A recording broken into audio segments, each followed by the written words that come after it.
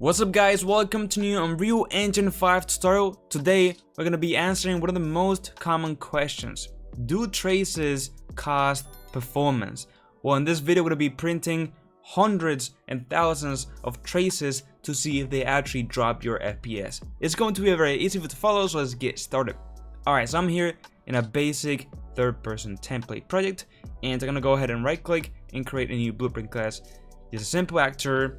And this is gonna be just the actor that is gonna print a lot of traces. Okay, so let's go to event graph and let's go right to the event tick. Let's do the event tick. Okay, so every frame we're gonna be putting out a new trace, which is gonna be a lot. So if I go here and do line trace by channel, I can just do from get actor location. And then for the endpoint, I can just get the location and just do it a bit higher. So like, 250 units higher. And then for the visibility, for duration, so we will see it for 5 seconds. And let's see. So I can just put this over here, put this a bit high, and we got some traces going on. So obviously this hasn't impacted performance at all, even though we're printing a line trace every single frame. Okay, so this is pretty common. This is what you would do. But now let's go actually crazy and start to times this by hundreds or even thousands. Okay, so let's actually go ahead and begin making a natural loop. So I'll do for loop. Okay, and this for loop will go from 0 to whatever amount of rows we're gonna have.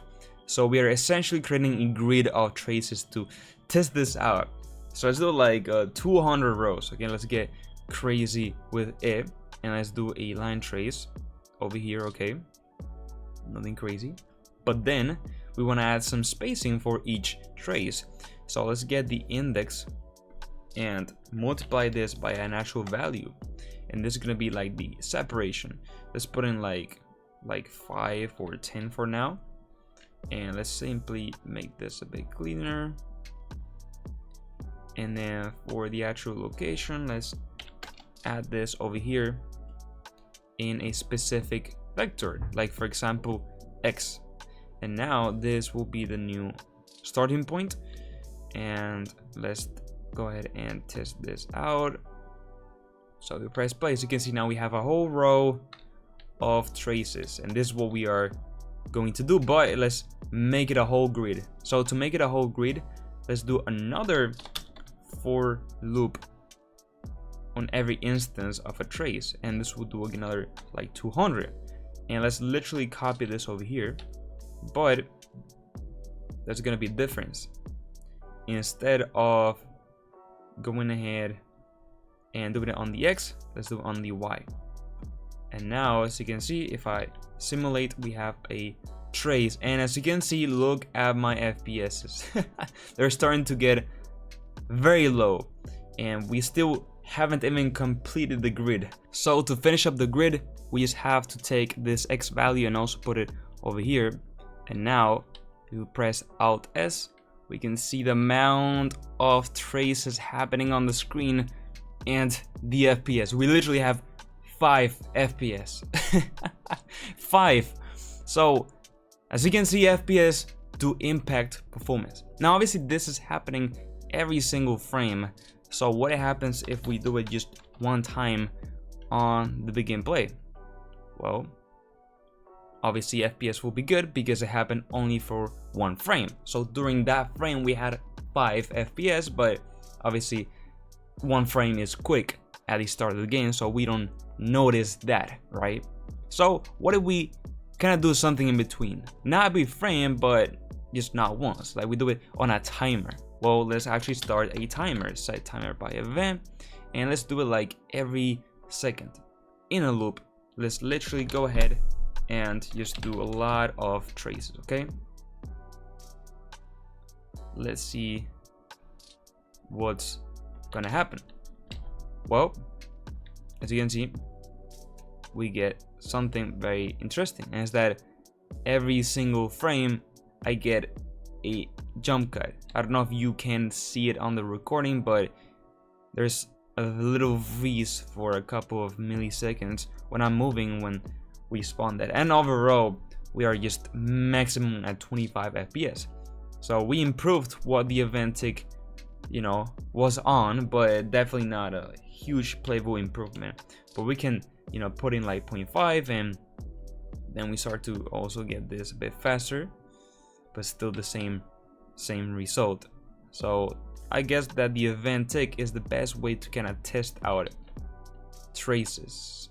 Now, is the bug going ahead and impacting the performance? Well, let's test this. Let's put this draw type to none, and let's execute. And as you can see, it improved a bit. We went from 3 to 4 FPS to 7. So there's an improvement if we don't visualize and draw the traces, but not enough to actually still improve the performance.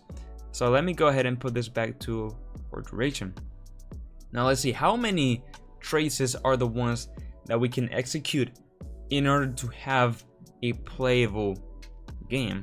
Well, right now we're doing 200 times 200. Let's do a bit less. Let's do like 50 and 50. And as you can see, we get a decent amount of performance, but yeah, not exactly, okay? I mean, we are having like 20 FPS, and we want to have a bit more of FPS. So let's put in like 25 maybe, and 25. Let's see how that goes with half. Okay, so this is a bit more reasonable. We are actually having a bit more of FPS over here. Still not great, still not the best of the best, but right now it's kind of playable, which is a good thing, I guess. So we want to maybe have a bit more even. So let's kind of do 15 and 15. Let's see how that goes.